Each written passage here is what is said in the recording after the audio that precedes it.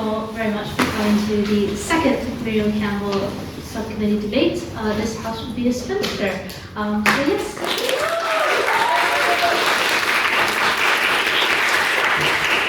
So we're going to start it just like we start any debate. Instead of presence questions, we will start with chair consultations. So does anyone have any questions or consultations for the chair, which is myself? Yes, Ash. If you could live at any time period, what would you live? Ooh. That's really tough, actually. I guess I would say probably World War I. I don't know why. I just felt like I'd do really well in that war. I don't know. But anyways, yes. On what side? Well, The answer was I hope. beside the Americans. I didn't do well in history in high school. I can't remember what they're called. Yes, any other questions? Yes, please. What is the best Madagascar movie? Ooh, okay. So I think it's very obviously number 3, I forget the name of it. Europe's Most Wanted. Europe's Most Wanted, yes, that's the one. Because we talked about Ice Age last time as well, I remember. But yes, it is definitely Europe's Most Wanted because you got the very thick French police lady. Yes, they did it, yes. What else? I remember when that film came out, and it was at Afro Circus became really, really popular. It was really annoying, but it was also effective. And Alex Got a Girlfriend, which I thought was quite nice. But anyways, any others? Yes, Ash again.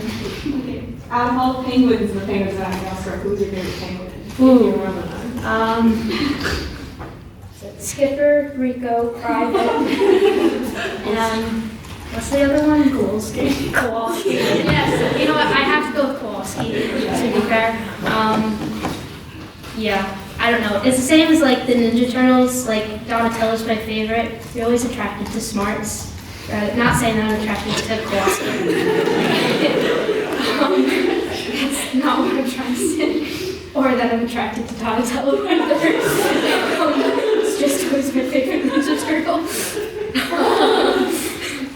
Any other drink? Okay, that is, yep. Who would you put on a heavy out cake? I hear you.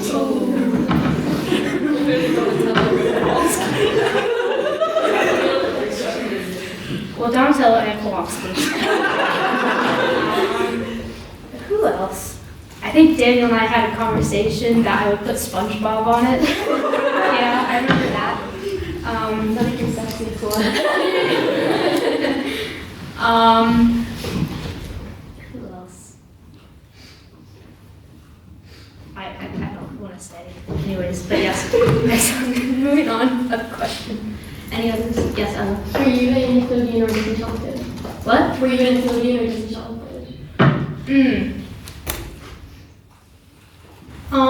Okay, here's how it played out. So it was Nickelodeon during the day, okay, but then you would switch to Disney Channel. Oh, wait, no, it wasn't Disney Channel, it was Cartoon Network. I wasn't really ever a Disney Channel kid. I watched Disney Channel when I was really young, when they had, like, The Proud Family and That's So Raven and Kim Possible on, like, the classics. Those were the best. But I would be a Nickelodeon Cartoon Network type kid because at 9 o'clock p.m., Cartoon Network would switch over to Adult Swim, and then I would be able to watch Family Guy without my dad knowing. Yes, Ron. Do you think Family Guy or American Dad is better?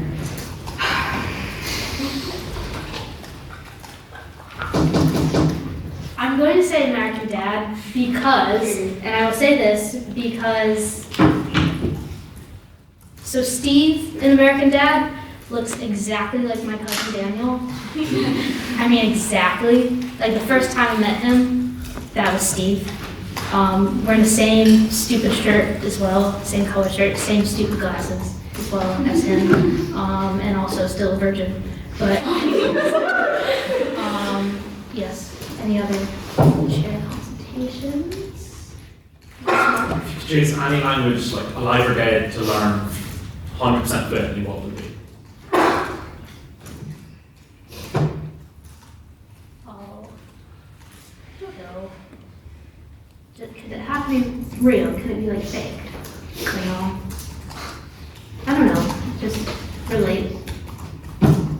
Klingon just sounds fun, so. Yes, Rosa. Following on from that, if you travel to any country in the world for a day, like no travel expenses, immediately there, and already know the language, what country would you travel to? Ooh, Japan. Yeah. I used to live in Japan as a kid, so I'd like to go back. And it would be nice to know the language this time. But any others? Whatsoever? Yes. Have you been to the Belfast Sephora? No, I haven't, because I have no desire to, because there's a vastly superior Sephora in Boston, which I have quite easy access to. Did any? What are your thoughts on New York deputies having 3 times today? You know what? I knew you were going to do this, so I came prepared. Alrighty, you want to talk about, I did this. Daniel talks about Babe Ruth, but Ruth was a Boston player before being sold to the New York Yankees. So, wait, what was it? He didn't want to go to Boston. All right, first of all, he only went to Boston because he needed more money because he had too many he went to New York because he had too many mistresses and needed more money. What is it? The longest win streak is held by the Boston Red Sox, 17, compared to the Yankees, which is 12. In the postseason, both Boston and New York are tied with wins. Fenway Park is realistically the most iconic baseball park in America. I also wrote a short story because I knew you were going to do this. And you tried to ruin the one thing that I have left that I love in my life. I will pay for your flight to come to Boston, to come to the game at Fenway, where you will spew this vitriol and immediately end up with a foot in every hole you have, ultimately resulting in you needing a body cast, which under the current healthcare system we have will bankrupt you and put you in debt for possibly the rest of your life. And through all this, I will be with you, looming over you with my cap, which I do not have, which is in my bag, but I did not bring it out because I'm not tacky like you. Okay. I'll have my cap on my head while you wonder. I don't have my glasses. Forevermore. What else does Ray have planned? What more could she possibly do? It drives you to such levels of insanity that you start having visions of the great Bambino. But what is different? He is not in the drab gray of the enemy, no, but the white and red of the legends. He tells you, Boston trained me into what I was. I did not want to leave Boston, but needed more money for my mistresses. Boston made the behemoth of bust, not the dang Yankees. Daniel finally comes to his senses, removes his feeding tube from his mouth, and apologizes, acknowledging the wrongs of his ways, and finally dons the one true cap. And then Mark Wahlberg shows up with Ben Affleck, and we go to Dunkin' Donuts and Paul Revere's house for the conversion ceremony, where you're baptized in Sam Adams lager and slapped by Donna Summers. Now you are a true Sox fan. So I will pay.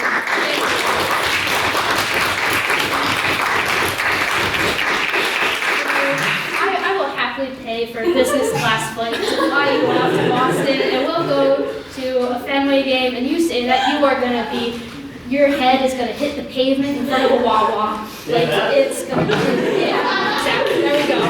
Yes, EJ. Babe Ruth isn't a woman. I mean, it kind of looks like one, but you know, it's but Can I hire you to write all my parts in the future? you know what? I've gotten quite good at them, to be fair. Just journaling helps.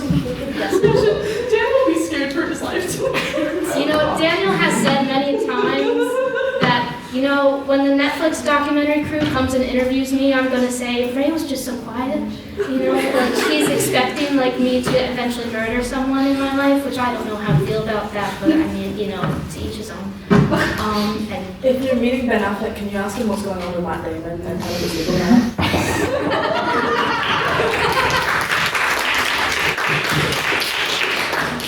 That is great.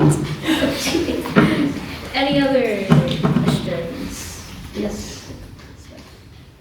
I should have thought a question for my hello. What's it? No one has asked the main question. Madam Chair, what did you have for breakfast this morning? Well, I had half of a fry, and I wrote that story before I ate the fry, so I was quite angry. But now I feel better. Anyways, would you like to? Do you have another question? Yeah.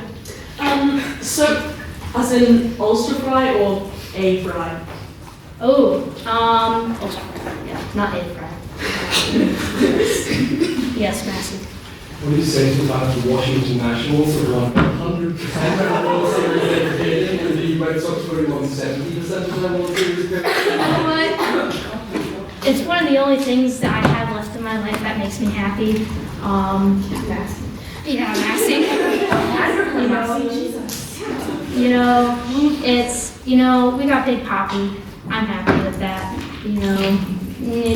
It's. I don't care. You know what? It's fine.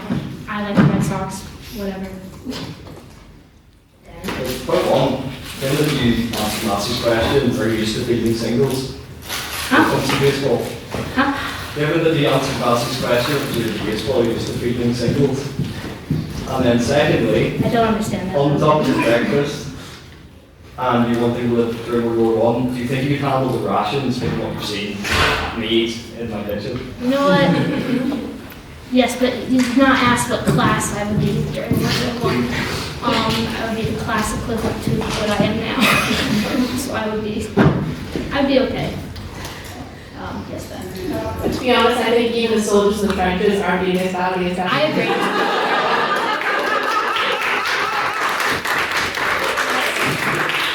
That is definitely true. It's just water and meat. That's what your dinners consist of. It's disgusting, and it stinks even through the freezer. Yes. If we were at war and you had to choose individuals from council to either be generals or be on the front lines, what are you thinking? All right. First front line. Like the first person. Oh, this is gonna sound bad. This is gonna sound really bad. But you put the people, the first people. It's like, that would be Baker.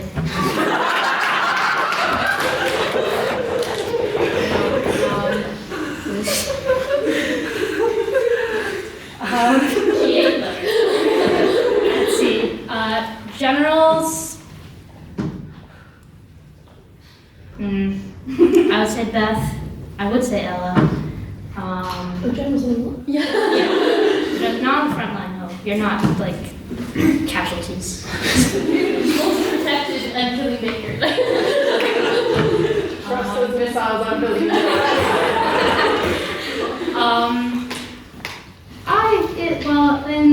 is it? And wasn't Sprague considered the general during one of these other conversations? I don't trust him though. The world would fall apart in 3 days. And then that's him doing the better job than you expect. I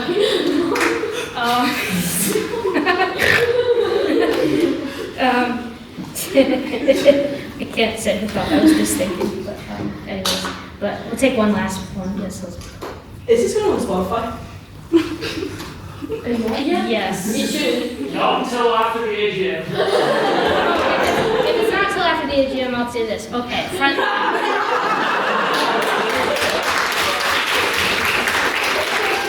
All right, front line. Baker, James. Baker, James, Spratt. Jack, I'll put in the middle. And then, what is it? Daniel, you're not a general, I'm not gonna lie. But you'll be like a lieutenant. So you'll be in charge of them, But then generals, me, Beth, Ella, Henry. Am I missing anyone? No. Okay, well, that's fine, yeah. Alright, so now we will move to to private members' business. This is your time to bring up anything of interest that you have seen in the news. You know how it goes. Ella. So the new Harry Styles album came out on Friday. Yes, and I listened to it on the way back to the theological union college at 3 a.m. last night, or on Friday. I think it's a really good album, but I do think it's interesting how much it's been criticised. Like, a lot of people are like, oh yeah, it's I'm going to curse anyway today. It's shit, but I don't like. I have to listen to it, and I'm like, you have to listen to it. Like, that's so silly. Like, and then also all the reviews are like, it's so horrible, and you're like, just a woman. Like, it's I do think I understand some people are like, it's not as good as Harry Styles, but then people said Harry Styles wasn't as good as Fine Line, and then we're really calling his first album McCrea if it's always not as good as before. I don't know. I just think it's so interesting how he obviously created an album that is reflective of the experience that he had, like as someone who lost a friend and has had a weird kind of relationship dynamic and stuff, and like withdrew himself from public life. And I think the album reflects that, and it's interesting. And then at the same time, people are like, loads of teenage girls like, oh, I don't really like it, and I don't think it's that good music.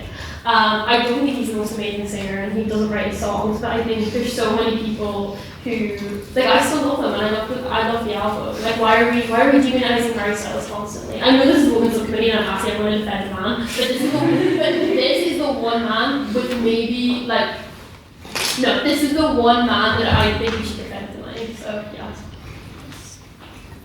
Oh boy. Yes, I think it's probably really impressive that I think a lot of Harry Styles' fan base is predominantly female. I do think it's the fact that people don't like to like things that women enjoy. Like Taylor Swift, people thought that was stupid, that was evil, that was like silly, and everyone loved to hate on that. Like the Barbie movie, like things women enjoy are constantly seen as silly and kind of pathetic, and I think, you know, that's the same line the way people are criticizing Harry Styles. Except for when people forget that the Beatles was started because teenage girls like them. Yeah, exactly that. Yeah. anything else? I think there's always something kind of see you next Tuesday about bad music, and we've kind of seen a rise in it. Like, all of a sudden you're going to be bopping into a club, you're not going to be bopping to some lyrical masterpiece. Like, I don't want to hear old word. Like, that's the best stuff to shake booty too. I all action. Yeah. Anything else? I would just like to say, if you're going to pretend like you're some kind of music elitist who really cares about music, why are you listening to Harry Styles and expecting it to be like Pavarotti or something? Yeah. Time and place. Any other on this point or another Rosa? On a somewhat similar note, I've seen a lot of research come out recently that there's not actually too many differences between like the male and female brain. So would this have to be of the opinion that like the differences in gender that you might see are more like nurture-based or nature-based? I think the idea that someone's inherently, defending men again, I do think it has to be nurtured. Like I hate talking about male loneliness epidemic because please shut up, but at the same time, I do think there is a level to it, especially when you look at manosphere content and stuff. Like I do feel sorry a little, like don't quote me on this, and don't listen to Spotify please, but I do feel sorry for men slightly, because there's a level to which that they are actually kind of disenfranchised with their lives, and then the easiest thing to get someone to do is to hate. Like it's much easier to get someone to hate. It's really easy to rouse someone up and create an enemy. And even though it's horrible that we are not, like women are that enemy, and women are left being abused, and women in general like are just the enemy to them, and that's really horrible and scary for us. But at the same time, I don't think if I have an amazing brother, a wonderful dad, and there's some, you could argue Henry's a great person. There is some things, like, they're lovely and they came out of the womb, like they came out of the womb evil. And I genuinely believe that most of the men didn't come out of the womb evil. I do think a lot of it is that they are either again, can't blame everything on their childhood, but like there's a level to which I feel bad for them, because I do think it's like, it must be so exhausting and so horrible to go around hating everyone so much, you know. Life is fun, so. I thank you for saying all that. That was actually, I really agree with that. I think it has to be nurtured, because also it's like, I look at gender norms are a construction. Like and just certain things subconsciously and unconsciously shape us. And I think, with what you say, like, well, this is masculine, this is feminine, that's surely going to shape people, even if it's not necessarily, because I think naturally we're not one way or the other. It's just our experiences or how we look at life or experience life is what shapes us. So, no, it makes complete sense that there's really no difference from a brain level, but from a nurtured nature, completely that's where some things shift. I really like the nurture, the nature stuff. Not just on like a masculine feminine level. Like growing up, I spend more time with my stepdad than my actual dad, and I have so much more in common with my stepdad than my actual dad. I think that's as well about the whole nurturing of the brain. Going on a really silly tangent. As you do. We love recording. I was a long time Timothy Chalamet hater.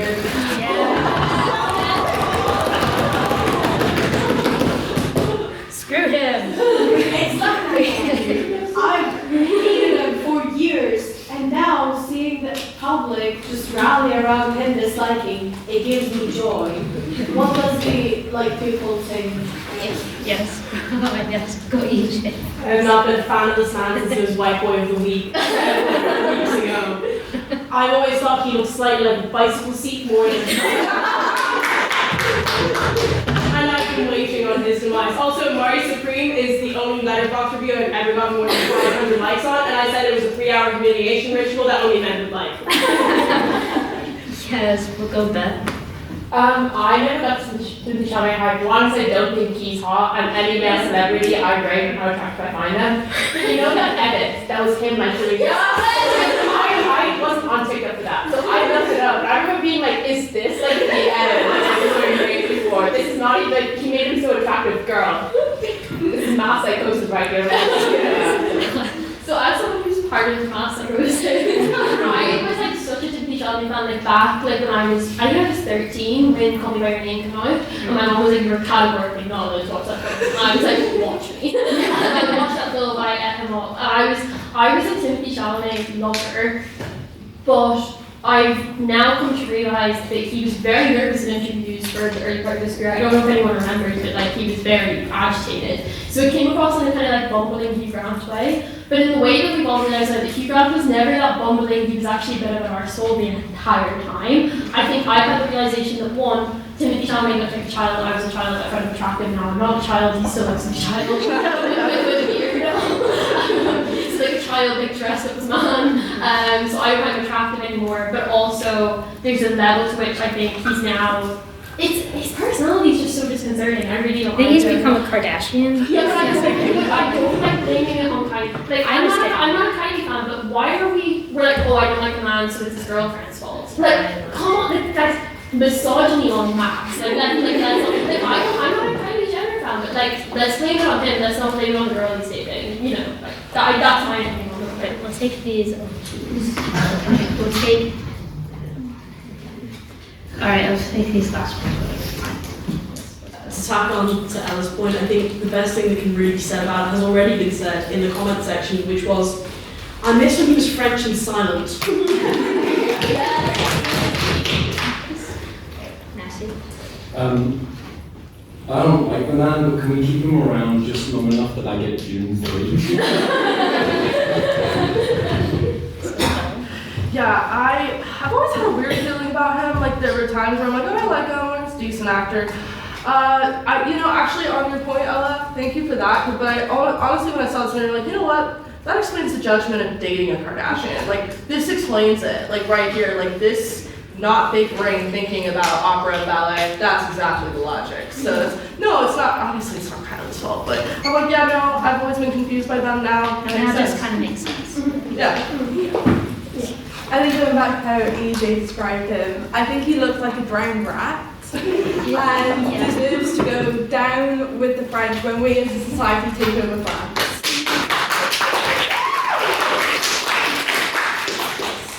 frankly, I was surprised that there was like such a big deal about it because like arrogant white boy says something arrogant white boy always would have said like in the kitchen. I was not surprised at all, so I don't get why everyone was really up in arms about it. He's always been like this.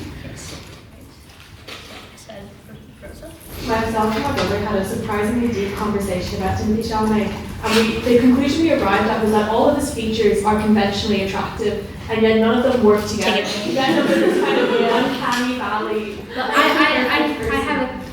have a comparison to that where it does work together, but is not just a jerk.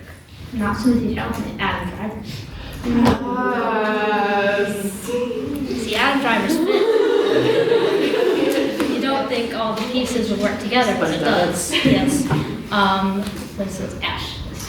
I think it's so interesting that you decided to talk about how opera and ballet are dying, and as if like, he was ever invited to the party, as if he could ever be good enough to be recognized in any of those art forms. It feels like someone that went for like one audition and had someone who had no idea who Timothy Chalamet was like really fulfilled, and he can't get over that. You know, he's like living through that like trauma of being 12 and being told by them, being like, no, your rat face is not me. And he just like can't get over that. And I think it's so telling that I get that opera and ballet have their like inclusivity issues. Like, you know, I think like there is something to criticize about the elitism associated with those art forms. Like it is, like you need money to do well with those things, right? If you had the money, you just had to have talent, which is so sad, right? But I think that it's just ironic because acting is the one thing where you can just be beautiful and suck at it and do well. But like ballet and opera are not like those things that you can get away with. And he basically, I think, is just super salty that he's not talented. I'm going to take one more, which is massive. Just in regards to the fact that Timothy Chalamet is French and the fact that somebody asked Ray, Ray said World War I, someone said which side. I thought the House would like to hear this quote. Written shortly after the First World War. And I read, anti-French feeling amongst ex-soldiers amounted almost to an obsession. Edmund, shaking with nerves, used to say, no more wars for me at any price. Except against the French. Against men, I'll go like a shot. With the war over and the German army beaten, we could give the German soldier credit for being the most efficient fighting man in Europe. Some undergraduates even insisted that in World War I we'd been fighting on the wrong side. Our natural enemies were the French. Fancy our propagandists. So glad we ended on that note. I will just say that there is a theory that men only look like two animals. You can either look like a rat or a frog. That's what came up with that. But anyways, we are going to hear the minutes from last meeting. Yes, thank you.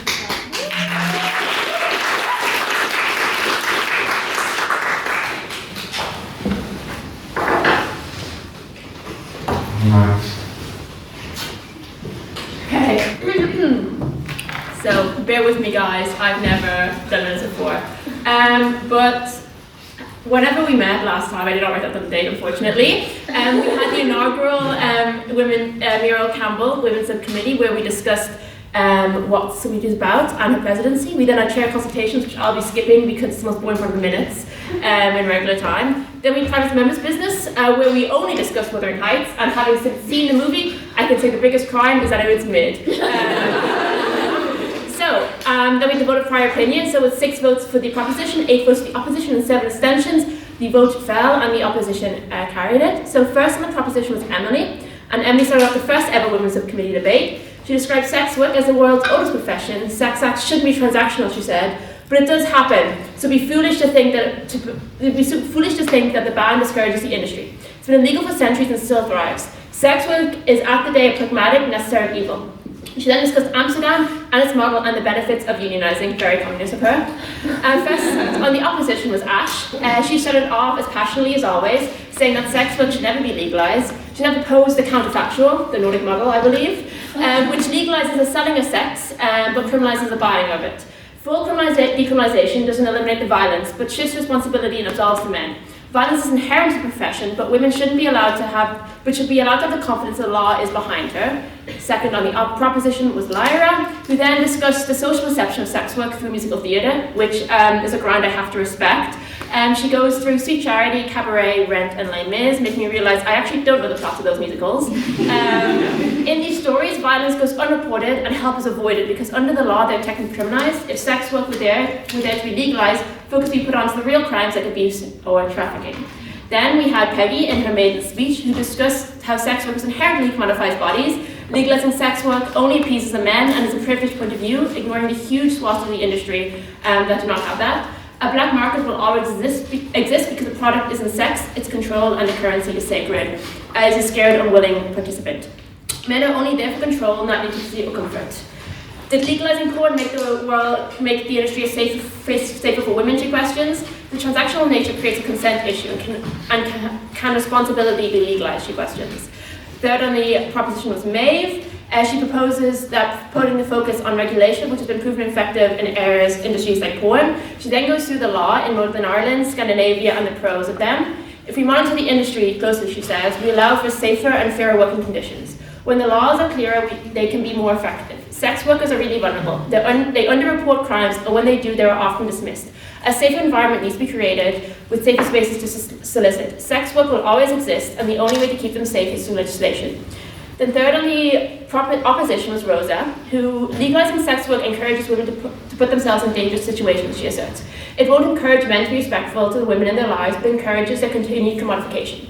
She then jokes about selling her feet pics to make ends meet, which I wonder if the value of mine go up or down depending on the fact that I smoked a movement about an hour ago.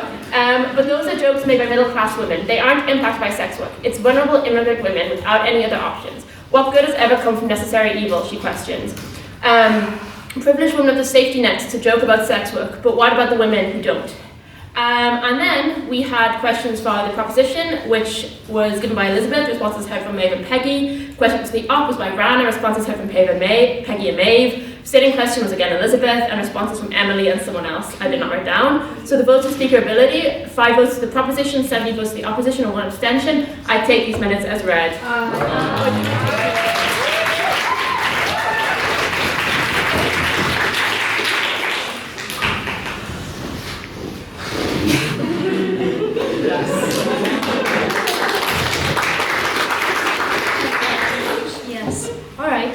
Wonderful. So now that I have nothing on my head, is that we will have our vote of speaker ability right now. So what? Prior opinion. We haven't spoken prior. Oh yeah. Vote prior opinion. Don't know why I'm confused. Yes, we'll have a vote of prior opinion on the motion. This house would be a Spinster. So can I get a show of hands for the proposition?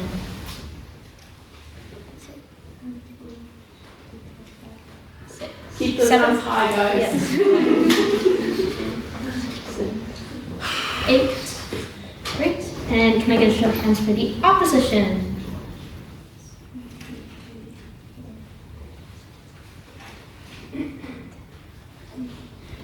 11.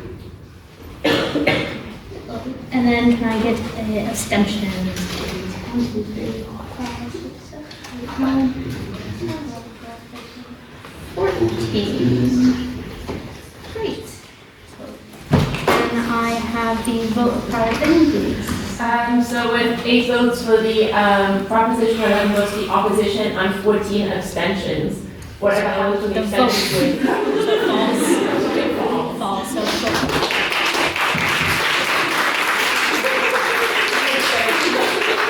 Wonderful. So just to go through the rules, is that speeches are 7 minutes. First and last minute are protected time signified by the bell, Madam Secretary. Thank you. During protected time, you are not allowed to ask any POIs. If you do, I will throw my gavel at you. What else? Keep your POIs limited to 15 seconds. If you go over that time, I again will throw my gavel at you. Is it swearing? Yes, that's my role. I have already been told that there will be swearing tonight, so I will not throw my gavel at you, but I will bang it, and if you swear, you owe the house a bottle of port. Ella? Yes, and I think that's it, right? Yep, that's it. So, yes, we'll get started with Elizabeth, right? Isabella. Sorry, I apologize. Everyone calls me Elizabeth, it's hilarious. It's because you sit next to each other. So we'll start with Isabella for the first speaker of the competition.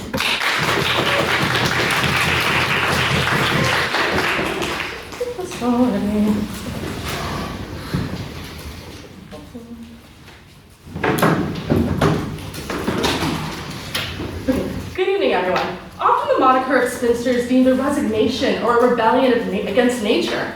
Historically, spinster was what women were supposed to fear becoming. Being a spinster just means being an unmarried woman.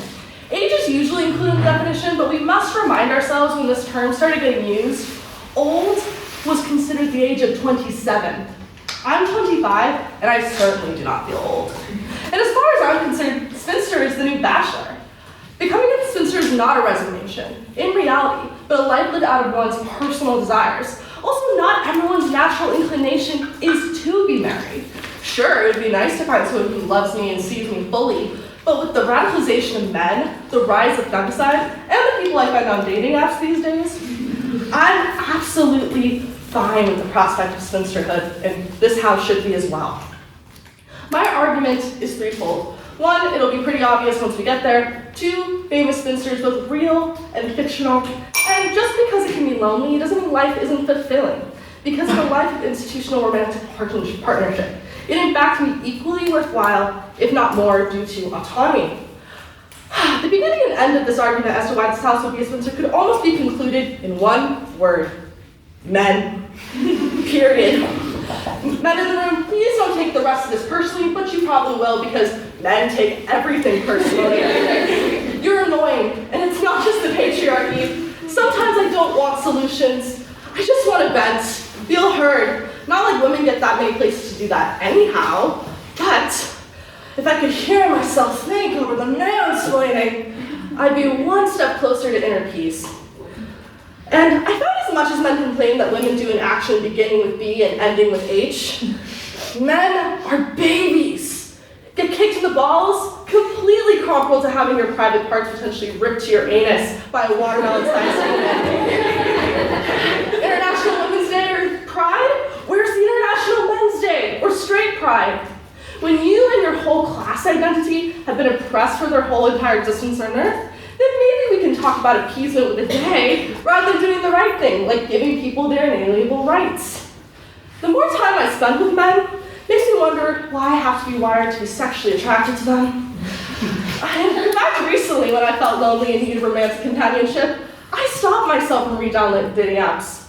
Why? Because I knew, deep down, nobody was going to be Anthony Bridgerton or even Jonathan Bailey, so why try? But all joking, with some truth aside, men, we need you in other ways. I don't want to be married to you. Like, if my dear guy friends can be on standby to open my sticky jars, much appreciated. #feminism.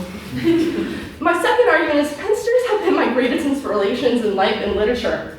Authors, activists, and more. The list includes Jane Austen, the progenitor of the modern romance novel, the Bronte sisters, Emily Dickinson, Louisa May Alcott, Clara Barton, who established the Red Cross, suffragist Susan B. Anthony, and even Golden Age Hollywood star Greta Garbo. Even in fiction, spinsters are the most captivating figures on a page, whether it be the detective, Miss Marple, Charles Dickens's Miss Havisham, the bubbly Miss Bates from Emma, and the no-nonsense fantastical nanny brought to life by the Queen Julie Andrews, Mary Poppins. These women, both real and not, defied convention, leading interesting lives and careers through independence, often not afforded to these kinds of women in their respective time periods.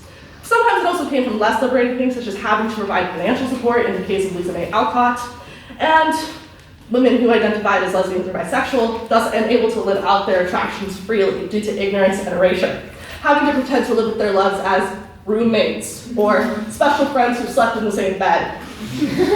Ironically, the latter is often how spinsters have been assumed to be, because every woman must want to be a barefoot pregnant trad wife with a mediocre husband. You must be a lesbian if you think that sounds like the opposite of idyllic, obviously. Arguments to support such an outdated notion work as well as Mr. Collins' self-centered proposal to Lizzie Bennet. I especially love the part where marriage is a gift to his happiness, caring less about Lizzie's opinion. BOI, yeah. Don't you think that marriage isn't what you're describing it to be nowadays? It's just a contract. Like it's not. He doesn't own me if I marry him. I still have my own life. It's just it's a legal relationship. I will get to that. Okay, so I especially, for a moment, the first point of my argument, men. To get back to the point of famous spinsters and assumptions about what women should want, nobody has to aspire to the same things.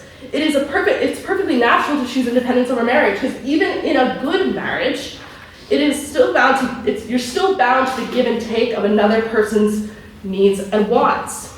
Thus, it is less selfish to be alone and to have your freedom then.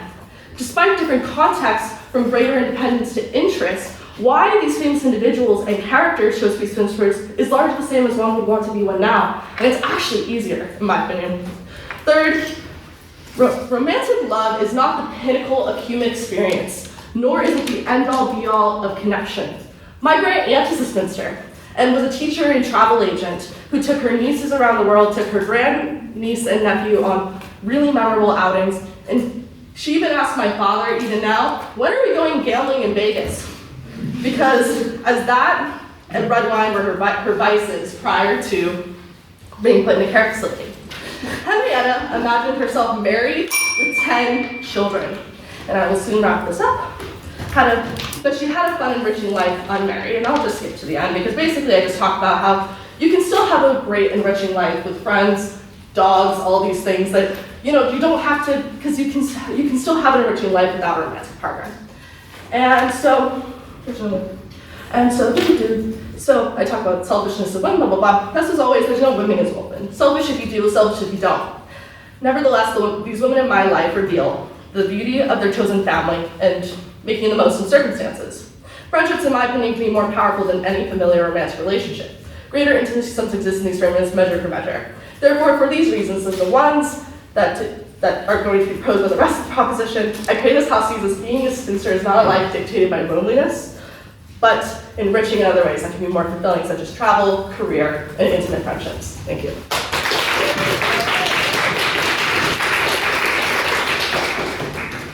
Isabella for that fine speech. Now I call Lyra to open for the opposition.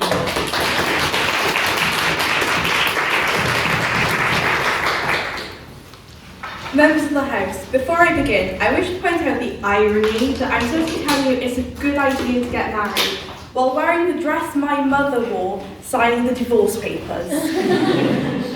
I know how it sounds, a child of divorce arguing that marriage is great and everlasting, knowing the harsh reality it's not. But I'll paint a picture for you and take you back to September 2009.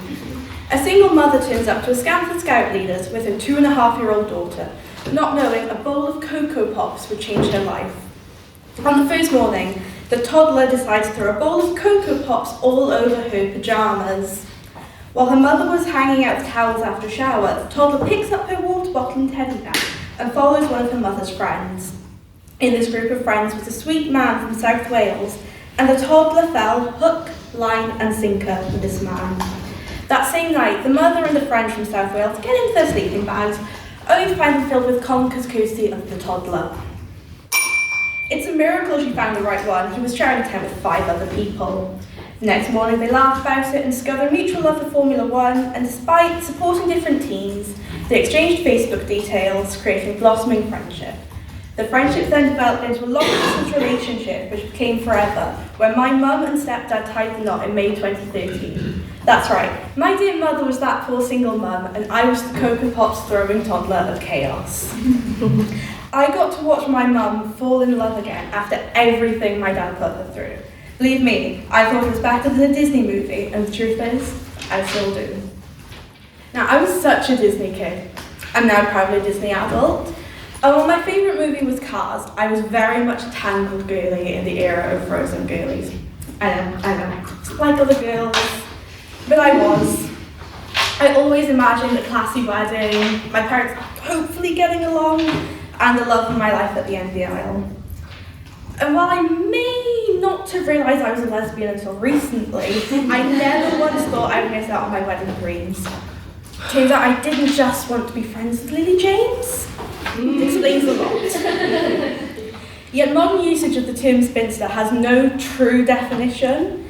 During the Regency era, any unmarried woman of the age of 25 was considered a spinster. However, as of 2022, the average woman in the UK was getting married at 31. Does that make them spinsters? Not necessarily. But I believe that with the increasing popularity of Bridgerton, the spinster aesthetic has become increasingly popular. I'm not hating on Bridgerton. It's one of my favourite shows, and I'm one of those people that go, "It happened this way in the books." But they romanticise the life of a spinster. Historically, spinster was a derogatory term used to describe an unmarried woman who would have been financially dependent on a male relative. The proposition will have you believe that it's a good thing, but personally, I don't want to be living off Daddy's money for the rest of my life, even if he is funding my birthday trip to Prague. Now, I'm not saying I'm against spinsterhood. I've never known my aunt to have a partner, and I spent most of my childhood telling people I want to be like my Auntie Grace when I grow up. And I still tell people that. So maybe we can come up with a new term. Let's find one that describes a single independent woman without having negative historical connotations, that isn't over and misused in period shows or movies. Yeah? What about like reclamation of a term, right? I mean, we've seen that happen time and time again. It is an option, and I can see why that would be a good thing. But for me personally, when I think of the term spinster, I think of being financially dependent on men, and I'd like to be an independent lady. I'm going to quickly go back to Bridgerton, because I am still quietly mad at Benedict being my Mistress Bridgerton. Yet I'll focus on Colin and Penelope. As a big fan of the books, I strongly believe they completely butchered Colin and Penelope's story. In the books, Colin's "I would never caught Penelope Featherington" line happened at the masquerade ball where Benedict met Sophie. There's then a 10-year time jump, meaning Penelope is actually 28 when she marries Colin, not 19 as the show would have us believe. And honestly, that completely messed up the timeline of the books. But come speak to me after if you want my full rant on that. Now, Isabella mentioned Miss Havisham, and luckily for you all, I studied Great Expectations at A-level, which was only last year. And I find her character quite interesting. Yes, she was a spinster, an iconic spinster from a classic novel, but being a spinster drove her mad, because it wasn't what she wanted. It was what society forced her into because a man let her down. And I'm not saying that not being a spinster means you have to get married. You just stop relying on men, basically. So when I think about my options, marriage or what the proposition could be claiming is spinsterhood, I think back to the little girl running around the campsite in her Dora the Explorer wellies, the same one that walked her mum down the aisle in a purple bridesmaid dress, swapping her mum for her favourite teddy bear, the one that can now speak Welsh fluently, the one who's now stood in front of you, wearing her half of a matching sister necklace, knowing that sister wouldn't exist if she hadn't thrown a bowl of Cocoa Pops over herself in a campsite in 2009. The proposition.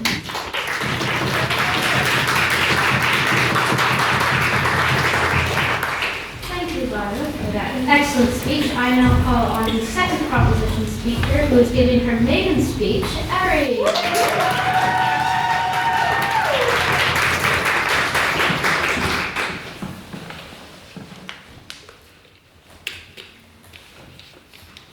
It costs £260,000 to raise a child.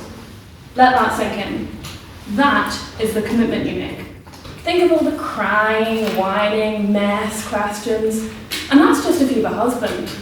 I can't imagine it being twice as worse for the child. Just think about how amazing it would be to keep all that money. I know what I'm spending mine on, and yes, I know that money can't buy happiness, but low-key, it can. You raise children when you can have pigeons. Margaret over here would be a much better alternative. Yes, I, Ari McCrea, maiden speaker, please go in easy on me, would be a spinster. Sure, why not? husband. I've already mentioned some of their flaws. And as I'm writing this speech on the way home to my glorious throne, I'm once again reminded of the fact that I don't want children by the constant cries of a whale for at least an hour on my bus journey. If I had to listen to that all the time, it might just break me. As a wise Instagram reel once said, when you're done with cats, just drop them on the floor. So clearly, they require a lot less commitment than babies. Being a modern spinster is romantic. When I went solo travelling last year, I loved that I could do whatever I wanted. I went to the zoo of all places, surrounded by school groups and families with young children, and yet I was happy. I could eat what I wanted. I could walk at my own pace. A life devoted to choices that are entirely mine sounds like bliss. It's not selfish to live like this. To any other old souls who watch Call the Midwife, you may be familiar with the character of Nurse Gráinne, who gave her heart to her career, her vocation, doing what she did best, helping other people. She didn't need marriage and children to be fulfilled. And furthermore, marriage and children are about compromise all the time. You become a teacher, a cook, a professional finder of lost things, a maid, a taxi, a nurse, and more. All for these little cretins who mightn't even appreciate it anyway. When you get married and have children, you give up a part of yourself that you can never get back. You relegate yourself to being relied upon, to carrying the weight of not just yourself, but a partner and children who will go to you for every little thing. Because let's all be honest with ourselves here. Who hasn't had a mild inconvenience and thought, oh, do you know who can help me here? My mum. I'm going to bring my mum. Big up the mums. They are the epicenter of the family, the glue that holds them together. And that sounds like a very heavy burden to bear. Seeing my dear mother tired and worn out because she essentially works 2 jobs, while my dad comes home and gets his food handed to him, is the reason I think, you know what, yeah gosh, being a spinster really could be the move. It is utterly unfair. And marriage is inherently patriarchal anyway, there's no escape from it. It's littered with these values that mean we are owned. In the past, coverture laws and the marriage bar stripped us of our humanity and individuality. It is a ritual that lessens us and joins us hand in hand to someone who now has a say in everything we do. Taking another name is like erasing a part of yourself, and yet it's still something many women do. Why? You can be successful without marriage. Look at Enya or Elizabeth I. Enya, an 18 million album-selling diva, lives in a castle without ever having toured. Elizabeth, a queen so devoted to her country that she never married and helped defend it from a literal armada. 2 icons. Speaking of Tudor queens, I am a history buff, so forgive me, but I'm about to slap you all in the face with some. For most of history, sex with women was seen as an act of duty, and with men, it was an act of desire. If we go back to Europe in the medieval period, we're looking at a time where male and male relationships were considered normal. Once you hit your 30s, men settled, married, and had children. You go back further to the Greeks, and you're looking at these pederastic relationships which are incredibly normalized. Once again, women, the incubator for male immortality. Men were viewed as the superior gender. Women rendered to mere objects used for procreation. Thus, in women becoming spinsters, we reclaim our roles. We demolish these rigid structures that label us only important in history because we give life. Pigeons were only considered important when they had purpose, and now see them left to fend for themselves, treated like vermin. Is that our fate? Society's objective role. Moreover, in my eyes, the ultimate form of a spinster is a historical lesbian. A lady who was never married and didn't have children, you say, who said they had to be straight. Take Anne Lister, Gentleman Jack, who spent her days roaming the moors, wearing men's clothes and writing in her diaries about her adventures of women. The epitome of performative mask. I mean, looking at myself right now. Lister is a further reason of how being a spinster is romantic. And in her case, the theme of romanticism is quite present. She waltzed through life, unburdened by the expectations that were placed on her. She was educated, a traveller, a hiker, a bibliophile. Spinsters can still have relationships without marriage. which in her case made it all the more fun because she wasn't tied down to one person. She grasped her romantic opportunities with both hands and lived a life at her own expense. Women are warriors, not wounds. We work and we work and we work. And it's not narcissistic to want to reap some of the reward like giving it up to others. Being a spinster is an act of rebellion. Being a spinster means we spit in the face of a society that for centuries tried to mould us into producers. And so, if I invite you to my future abode, I hope you'll find a cottage in the middle of the woods with a vegetable garden, Simon and Garfunkel on the record player, cats pawing at my feet, the smell of cinnamon rolls in the oven, and a pigeon sanctuary out back. Not a child, nor a marriage certificate to be found. I'll have earned my spinster title. I'll have earned a peaceful future. Pigeons mate for life, you know.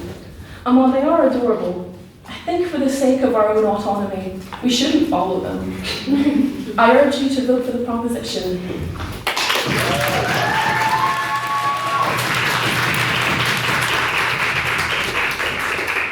Thank you for that great speech. I now call the second speaker for the opposition, Peggy.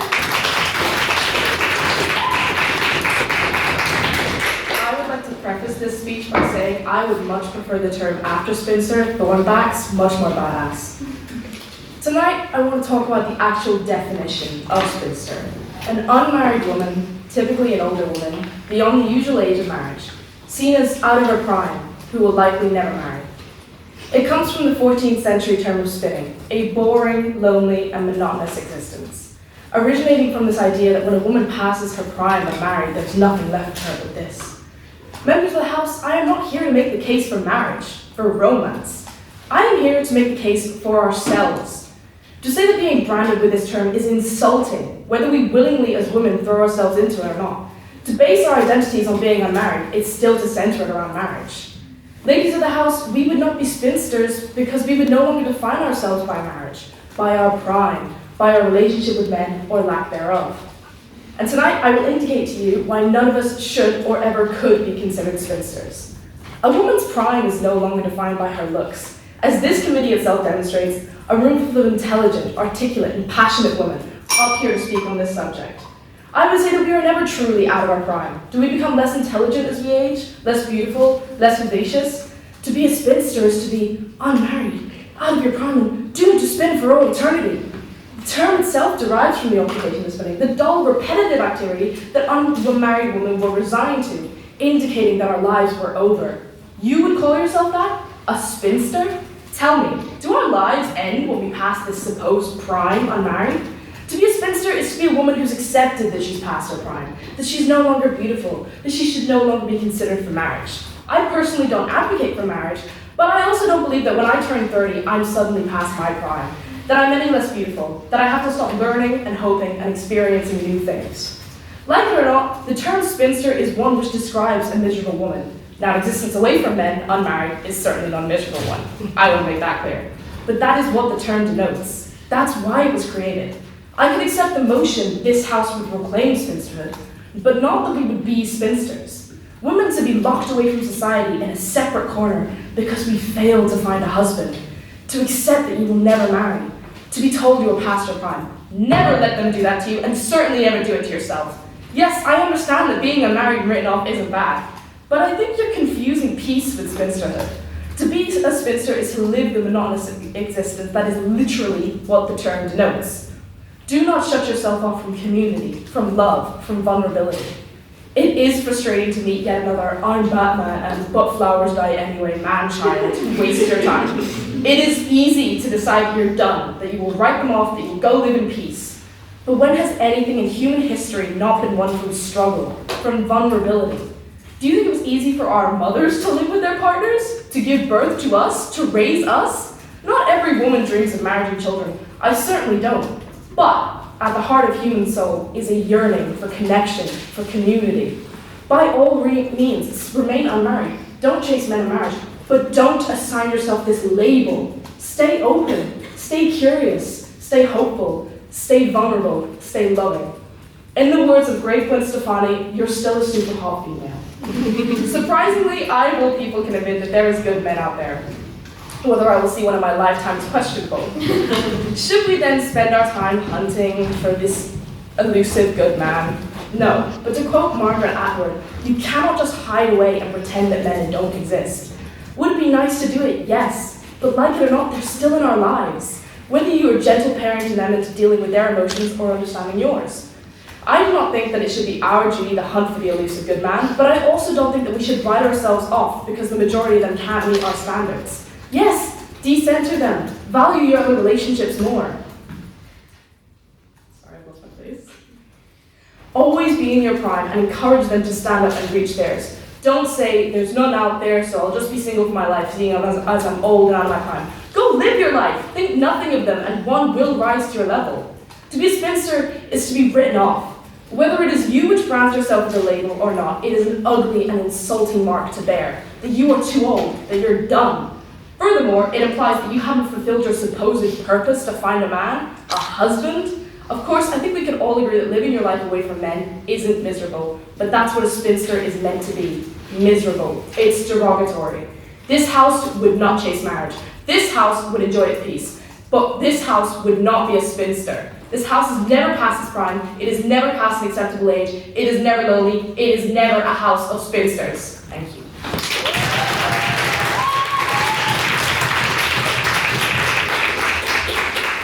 I thank Peggy for her fine speech, and now I call the third proposition speaker, who is also making her maiden speech, Cathán.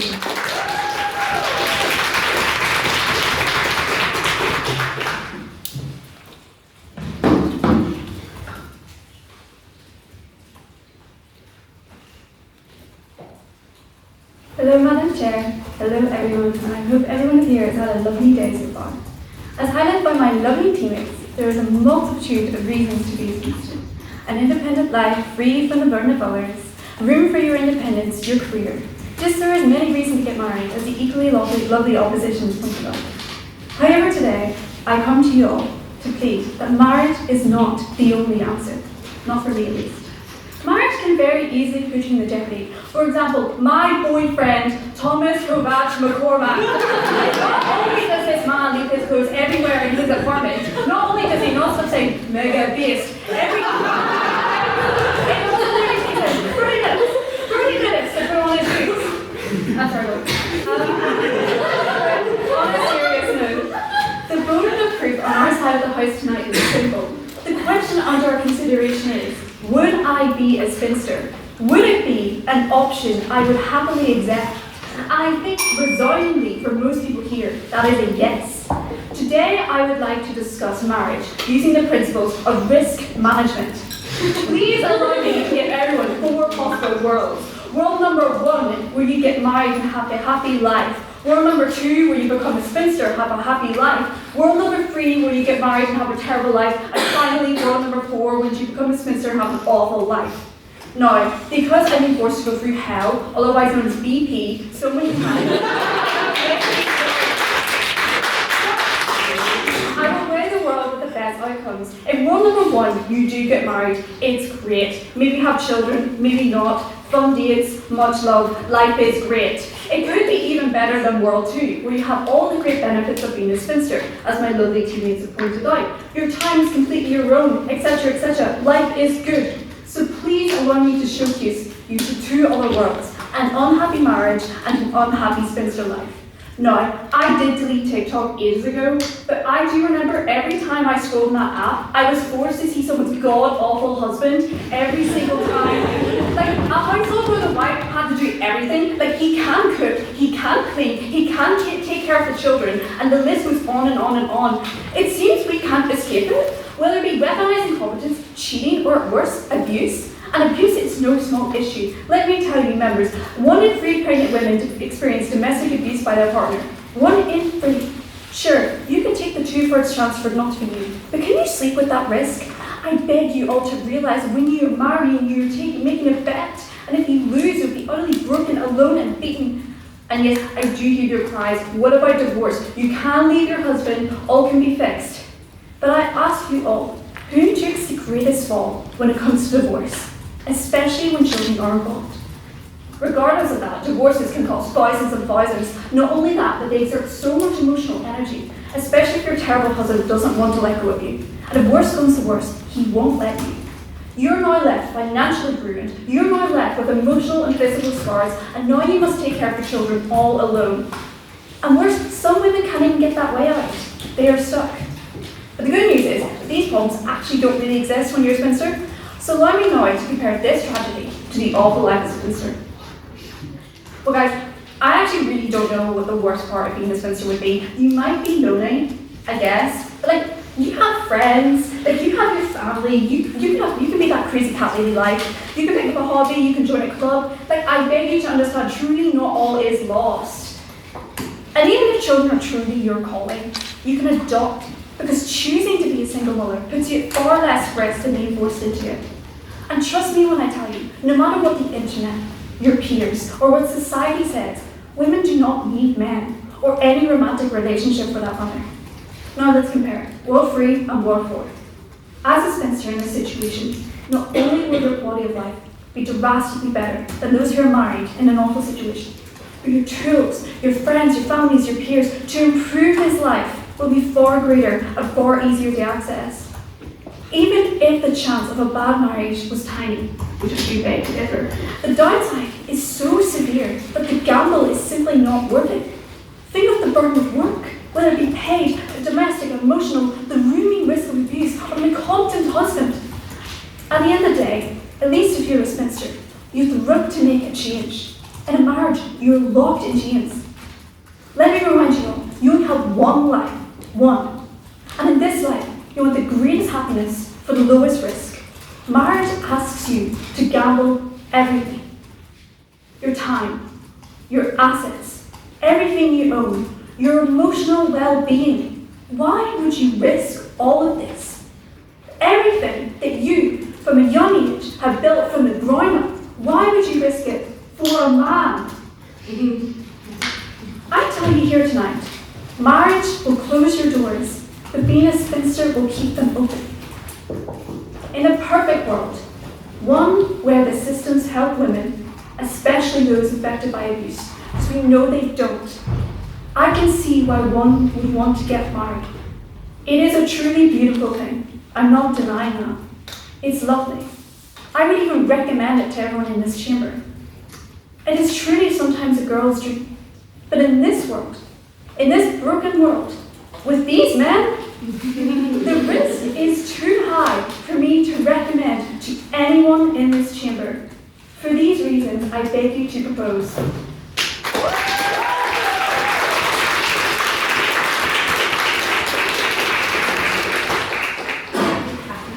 Fine speech, and I now call on the third speaker for the opposition, Tanya.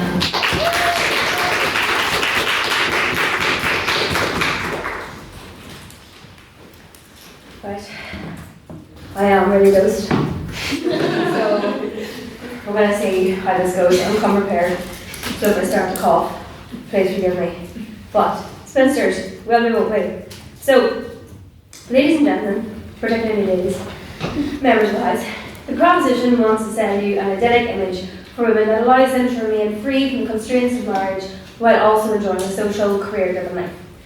Now, the opposition aren't arguing that, say, a woman's place is in the home. We aren't saying that women must be married to live a fulfilling life, but we are interrogating what it means to be a spinster. The term was initially used to describe a woman who spun thread for a living, then it evolved to describe an unmarried woman, typically older. But whenever we've been confronted with the term, its meaning is murkier. A spinster is a woman that, in reality, hasn't been chosen. She hasn't been plucked from the male garden of desire, instead she's been left to wither. A bachelor, as we can all agree, seems attractive. He's untamed, he's desirable, no matter his age.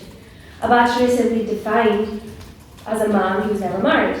And the way that sounds is that he's a man that chose not to marry. A spinster doesn't necessarily choose. She's relegated to that life and all the stereotypes that may accompany it. A spinster is historically, she's a loner, childless, caretaker to elderly parents, and it actually makes me think of Downton Abbey, if anybody's seen it, when in the first, it's pretty early on, but when Robert and Cora are discussing their daughter's prospects, and they agree that Edith, who's the middle child, will be the one to care for them in their old age. And she was really young at that point, but that's just insane. So whenever I hear the word spinster, I'm transported back to reading books written by the Brontes and Jane Austen and all of those people, and hear and envisage a fate worse than death to all of those characters. To end up alone and unmarried is perceivably the most horrific future a woman could possibly endure.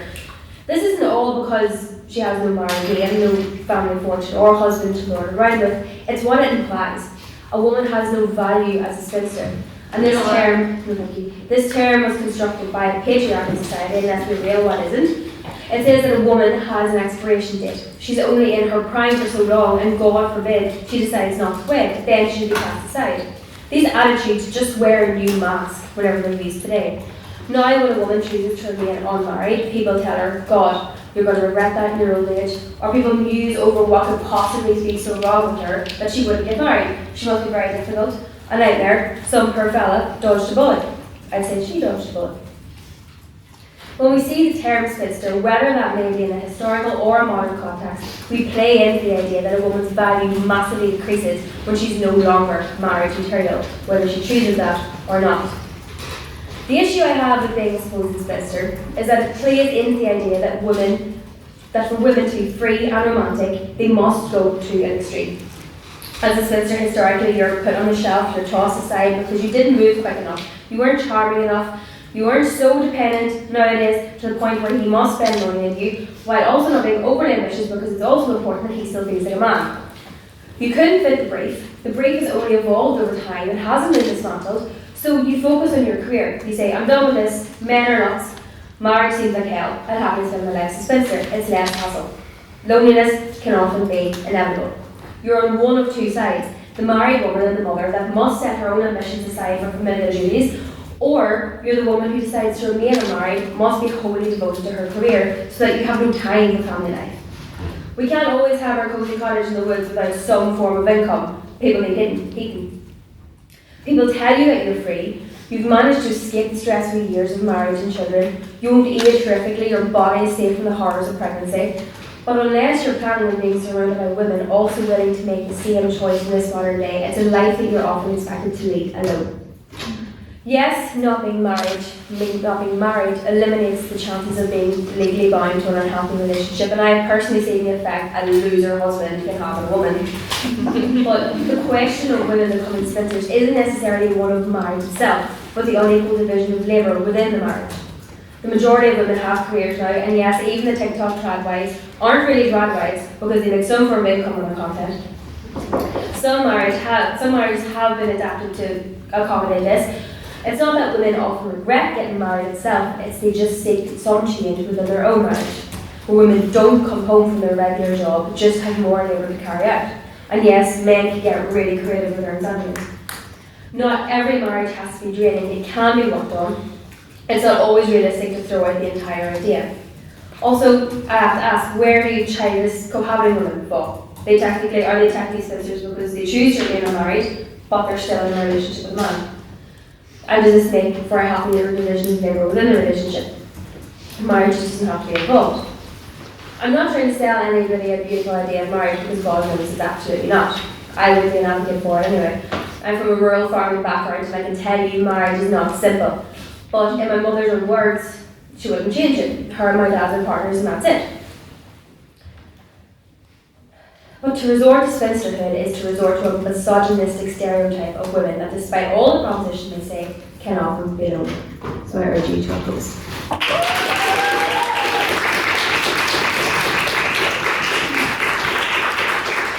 you, Gráinne, for that fine speech. I now call on the final speaker for the proposition, EJ.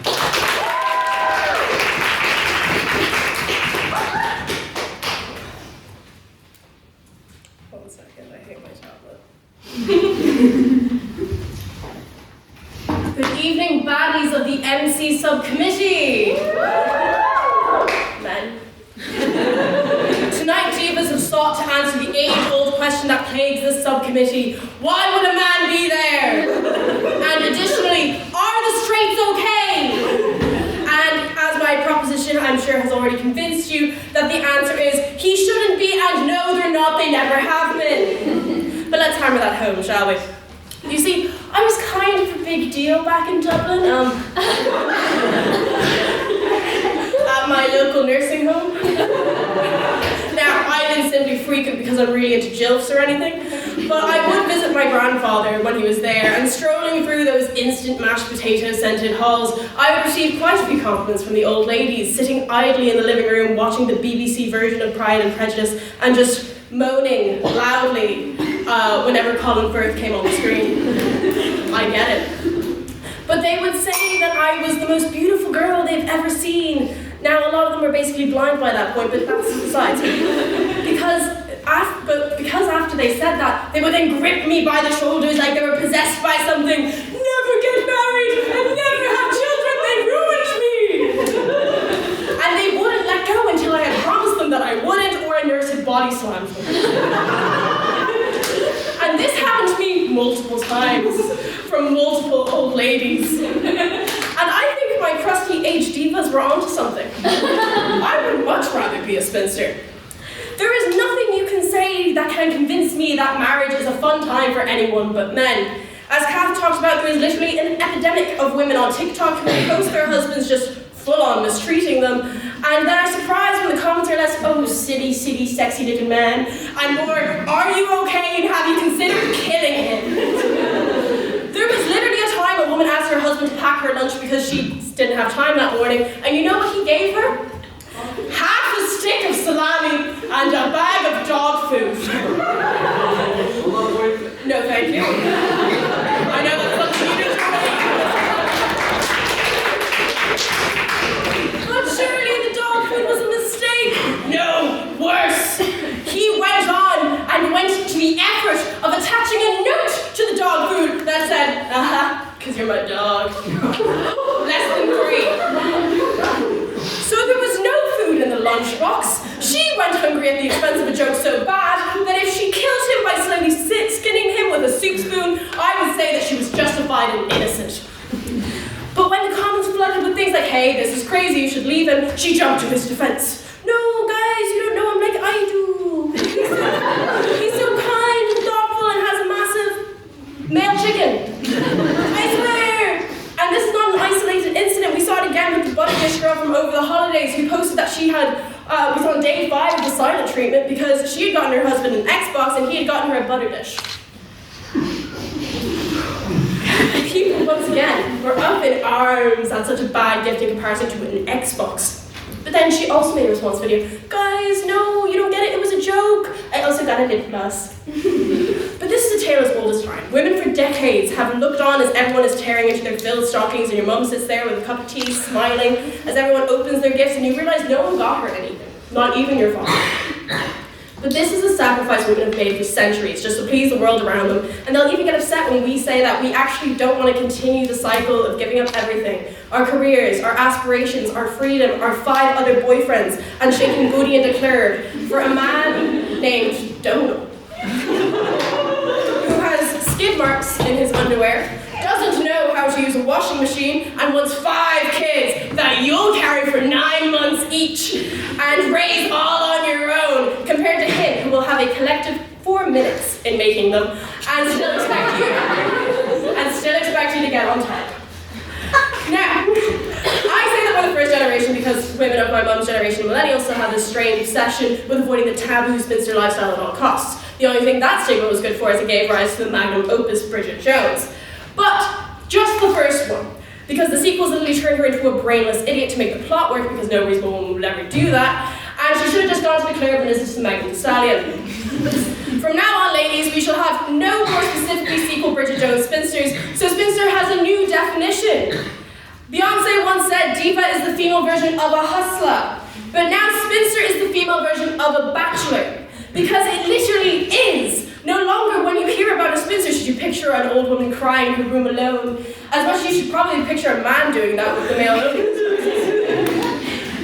Spinsters should be pictured as bachelors are, in the club, with a roster of Swiss supermodels and an expensive apartment in Manhattan, with nothing but Le Creuset cooking appliances that she doesn't use but her private chef does. And no, don't worry, no woman is going to be as sad as Leonardo DiCaprio because that is a man. So it's always going to be creepy and weird in a way only a man can achieve. And rebuttals. They say, oh, you can't call yourself spinster because it has negative connotations in the past. Well, we're reclaiming the word spinster because much like other words that were once used to degrade women like see you next Tuesday and itch, we are reclaiming the word spinster because the society that once used the word in a derogatory sense no longer exists. We are reclaiming it for the modern sense, and we can reclaim it within this debate. That is allowed. And also there's the thing that like, oh, marriage is just a contract now, it's fine. Yeah, marriage, a contract that was literally created because hippity-hoppity women used to be property. And it was a legal transfer of your ownership from your father to your husband. But, oh, silly, now we just do that ceremoniously. Oh, great, a ceremonial transfer of who owned me. Cool. Icky. And I'm not saying you can't be happy in a relationship with a man or having children, but I'm telling you that, as my proposition has proven tonight, you are more likely to be happy as a woman in our modern societies with happiness as we currently know it to be with the modern definitions of happiness as a spinster as compared to what women did traditionally with all of the cooking, the cleaning, the 1,900 children, and skid marks. But to conclude, for all the reasons that my wonderful proposition is beautifully put and the brain points I randomly word vomited, you will factually be happier as a single childless woman in our modern society, and why not? We are the first generation of women in a society where we don't have to do the sacrifices that have been historically demanded of us, so let's run with it. Say yes to being a spinster, and say no to being societally pressured into cleaning skid marks out of a mid-man's underwear. Thank you.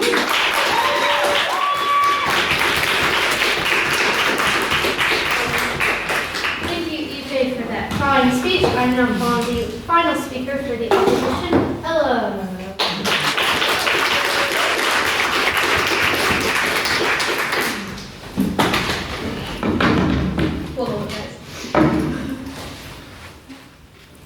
Just finishing my conclusion.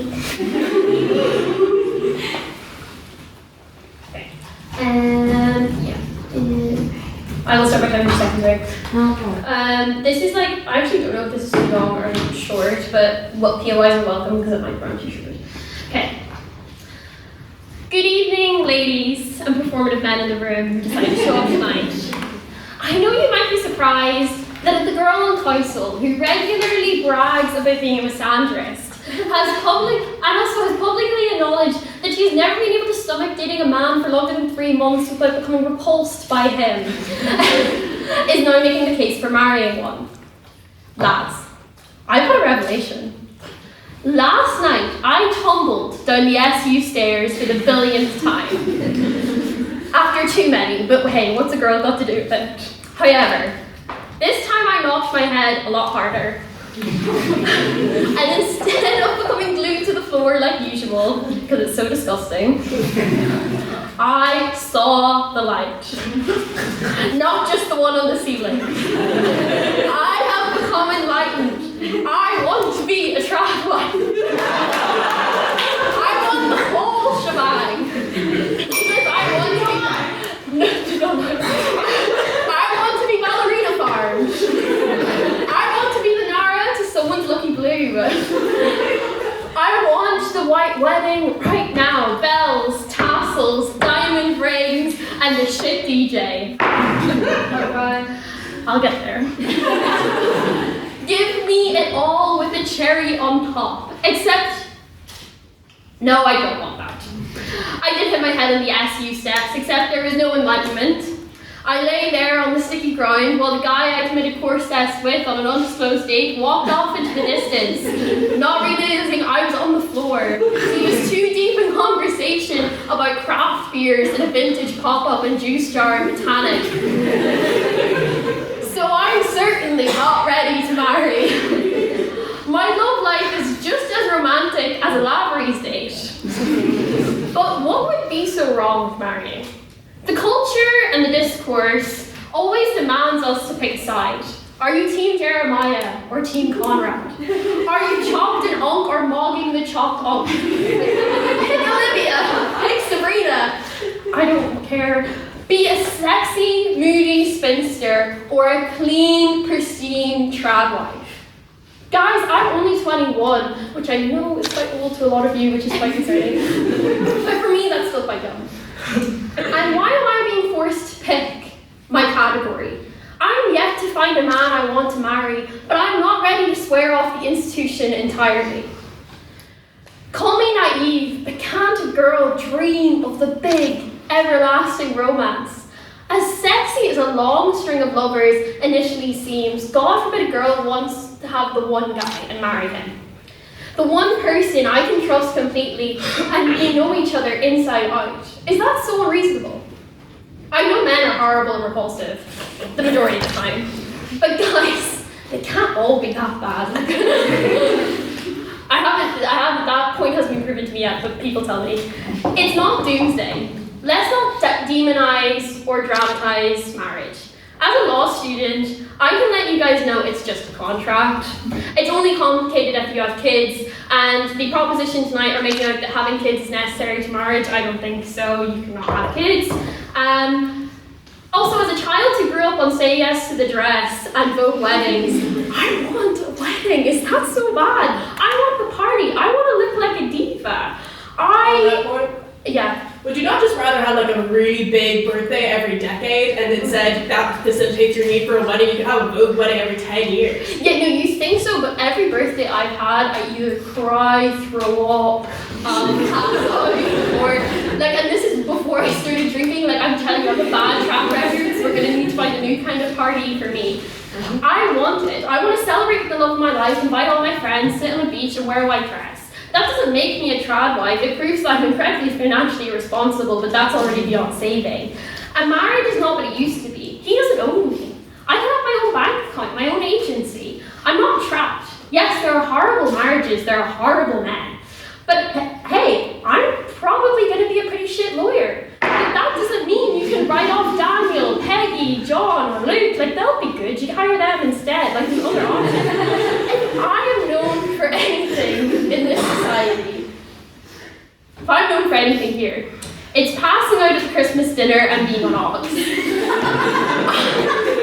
not the internal convener. I'm the sleepy ops convener. I love music, and music makes me want to experience love. I want what the love songs describe, and I want it for life. Also, guys, I hate how it's seen as anti-intellectual to aspire for romance. Pride and Prejudice, Sense and Sensibility, Notting Hill, Bridget Jones. Why can't I have some of that? I want my Mr. Darcy. I want my Colin Firth. That doesn't make me a bad feminist. Honestly, guys, I would be incredibly happy if I found a man who loved me for all my faults and wanted to spend the rest of his life with me. If that makes me Eric Kirk or Nara Smith, then I don't know anymore. Now, I wouldn't bet on me finding this man, considering I'm a bit mental and I've been described as off-putting more than once by men. But let's not give up on marriage completely. Now, fuck all that sappy shit. I am seriously broke. I am amazing at spending money. The only way I manage to impress my father is I am consistent in my ability to spend his money despite his best efforts. Alas, money does not grow on trees, and fathers can only take you so far, so what am I going to do? Budget? No. Get a job? Do I have to? Or marry a rich man. You can get all the cruises you want, EJ, if you marry a rich man. Divas, in this economy, we have to lock in. I just don't think at this age I'm meant to have an uncomfortable life. I hope you pick up that reference. Will probably be old and crusty, yeah. But hey, that's the less time you have to spend with him. You know what's sexier than a spinster? A widow.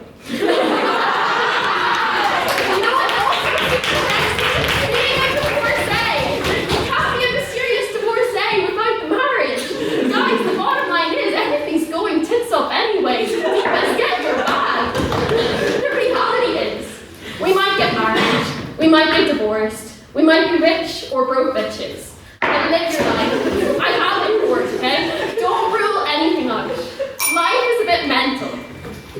It might go wrong. I might marry, I might divorce, it might be horrible. But to make a baseball reference for Daniel and Bray, don't let the fear of striking out keep you from playing the game. To quote my favorite rom-com, I'm also just a girl standing in front of the house asking them to let her believe in love. Thank you.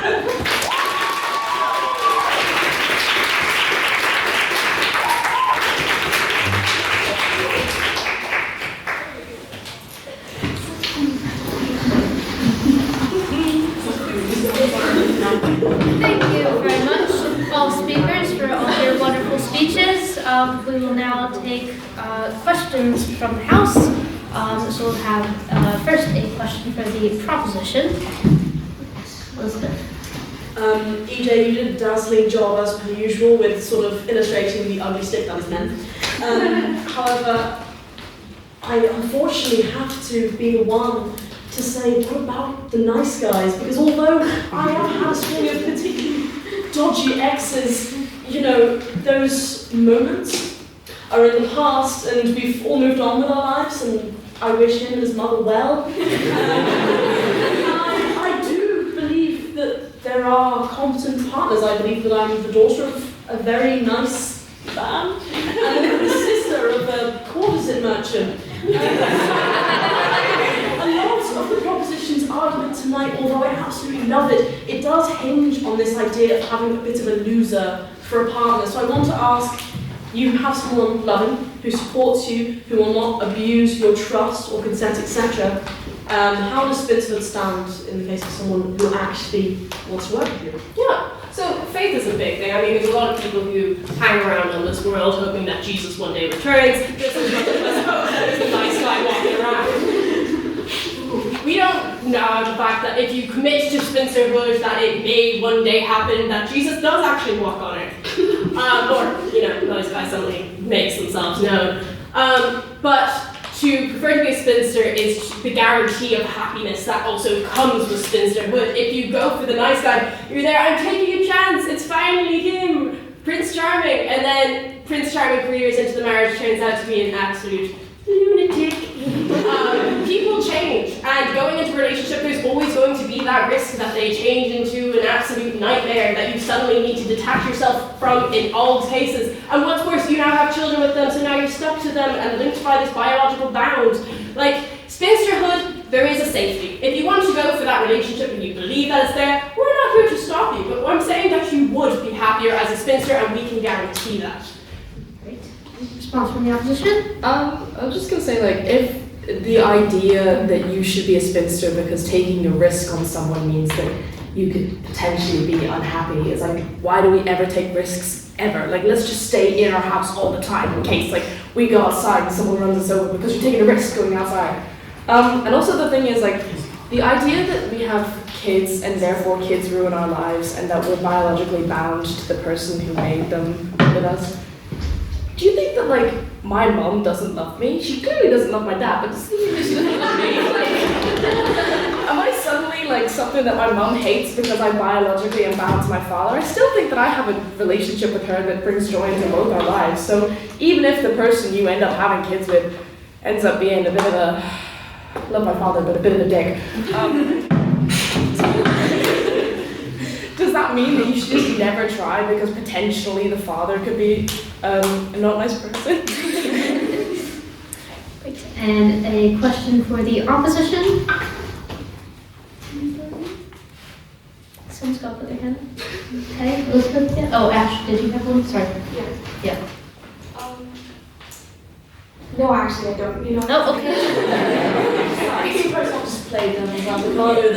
If you look at the etymology of the word spinster, it was always used derogatory, and I don't deny that. However, I believe in the very beginning, when the word was founded and used in popular discourse, it was actually for women who were so excellent at spinning that they were actually financially independent from it. And I suppose there is an argument tonight about how marriage as a legal contract can be supporting and bolstering, but a lot of the ideas that have always surrounded spinsterhood have been about independence. So how do you weigh those two things up? So that's actually really cool. I didn't know that's where it came from. And I know in the second half of my speech I talked about Mario and Anthony, but we forget about that for 2 seconds. The big point I'd like to make is the whole, like, I take the point that marriage is really scary. Like, I do think it is really scary to trust someone like that and, like, sacrifice all your life. But in regards to independence, modern day view of marriage, you can be very independent in your own marriage. It's up to how you function and how you operate. Like, there is marriages where people are very independent. Like, I grew up with a stay-at-home mom for most of my life, and that was a marriage that functioned differently. But if you want the independence, you can, like, even if you look at the trial life instances, I think, like, Gráinne said this, that, like, they're making their bag. Like, the she's pretending that she's sitting there just cooking, those videos are racking up back. Like, they're making loads of money. You can be highly independent in your own marriage. It's also the fact that it's, for us to treat marriage like it was, where a woman can have their own bank account in the Republic not too long ago, it's not like that anymore. And I do think it is slightly, maybe demeaning is a stretch, but to tell women who want to get married that they're demeaning themselves by wanting to get married is not acknowledging that marriage is a completely different thing than what it used to be. It's treated a lot legally as just a contract. And it's up to you whether you want to make that contract, but it's not sacrificing or declaring yourself owned by a man anymore, you know. Response from the proposition. I can take this one. Yeah, well, you know, but I think the other thing is, okay, I want to, because I think the contract one was brought, sure, maybe it's not what it represents anymore, but you're still giving yourself to another person, and even if you have a good marriage, you still have to consider things in context to your husband or your kids. You can't just be like, well, I'm gonna go travel to Rome all by myself for a week. Bye, everybody, even though I think most women would just go say that to their families for about because they all deserve that, frankly. But the also thing I wanted to bring up is, you know, we talk about etymology and things like that. It was interesting because I mentioned Jane Austen, and Jane Austen's actually interesting because yes, she did write about spinsters being like, oh, this is what you don't want to be, but she's actually talking about society because she actually chose to be unmarried. She actually chose it and said, I'm choosing this because I want to have time to write and to talk about these things. And this was even when this term was being used in a particular way. She only wrote about it in a particular facet to kind of bring to light the fact that this is how we talk about this. When she herself was the example of, I am choosing this so I can have the life that I want, because I don't, even though she does write about it sometimes being in a reclaiming way of what marriage is, she even saw how marriage can still be, even in a good context, like having Mr. Darcy, it can still have limitations on what you can and cannot do. And now, any abstaining questions from the House? If you preface this by saying, you know, it's more for the props, more for the op. Again, with the baseball thing, I played baseball in high school. I got the game.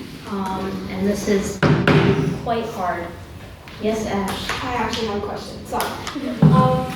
I guess I'm a bit curious about what both teams think in terms of Spinster and the historical context, like outside of the modern age, because I think this debate has always been talking about like what would be a Spinster today. But I wonder if like how we would contextualize a spinster in the olden days and how I think that term is traditionally used. Like, how would your arguments change in response to maybe contextualizing it to when it was a bit more relevant? Because I'm just unsure whether it is modern day and age, what the difference is between being a spinster versus just being an older single woman.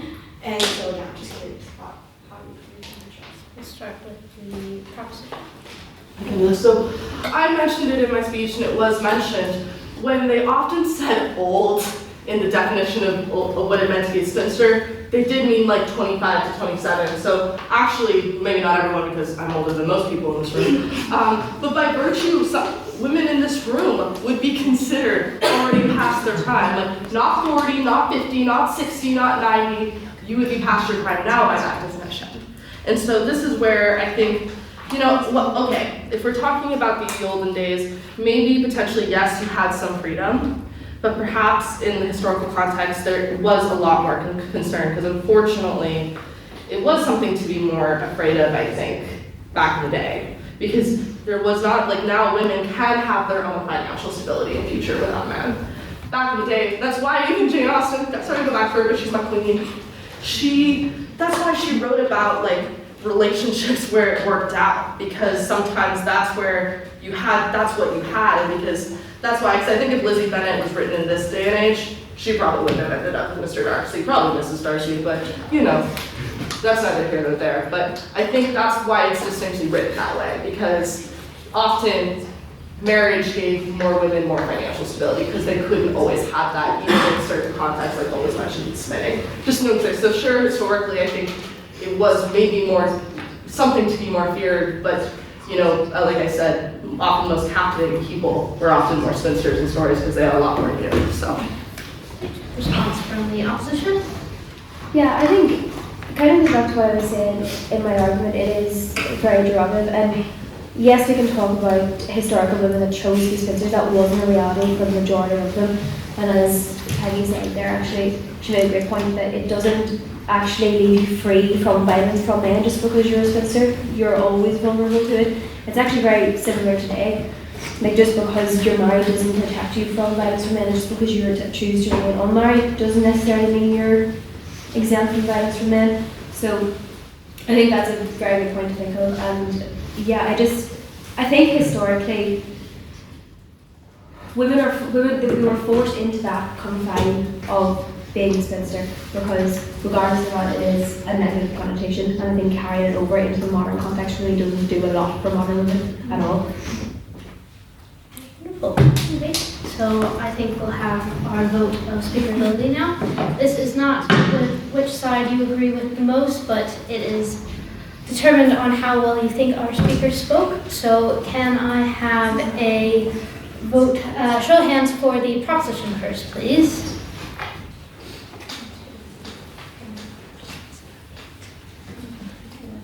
Oh, Grace doing it, okay. 12, yep. And can I get a show of hands for the opposition, please?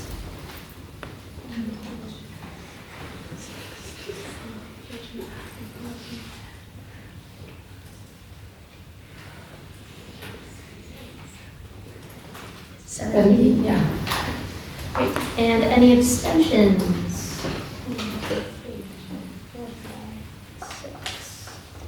Six. Yeah. Yes. Madam Secretary, can I have the vote of speakability, please? Yeah, so with 12 votes for the proposition, 17 votes for the opposition, and 6 abstentions, the motion follows the opposition.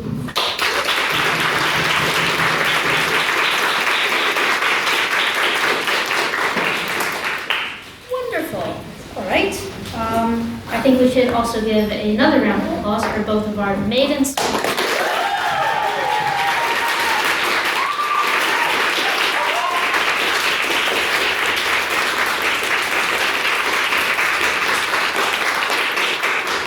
And before we go somewhere where I have not decided yet, I have a couple announcements. First of all, our next Women's Subcommittee debate is on the 31st of March. It is this house would... Do you want to keep that? Are we keeping that motion for sure? Because I don't know. Anything we can change it. Only one person. Can we just like not say the motion right now and we can regroup it? Anyways, it's not a third person. Also, Daniel has asked me to plug tryouts for tomorrow. So the Litterific are sending 4 speakers to the HIST next Friday. We are having tryouts tomorrow to determine which, who we're going to send.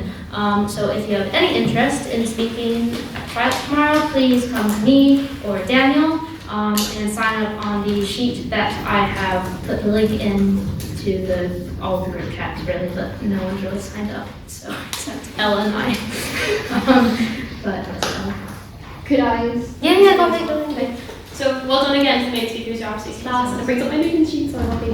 And then also just remember we have our debate this Thursday at Culleton. It'll be really fun. The Irish Culture got a costume on. It's the clattering / person only drinks pints of Guinness when a certain formative man is watching. It's the debate for those divas. So please come to that. And also remember, if you guys are here, if you want to speak on any debates, please sign up to speak. We want as many new people as possible. It makes it way more fun for me when new people speak. Like I love seeing the same familiar faces, but like look at how amazing these girls work. So it's great we have like new speakers all the time.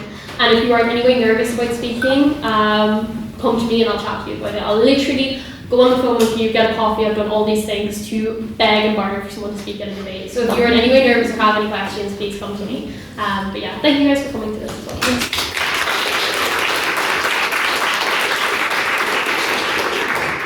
What is it? Daniel is bullying me to go to the SU to go participate in the quiz that we always lose in. So I think we'll go to SU. Yes, if anyone wants to join, you're welcome, but I call this meeting adjourned.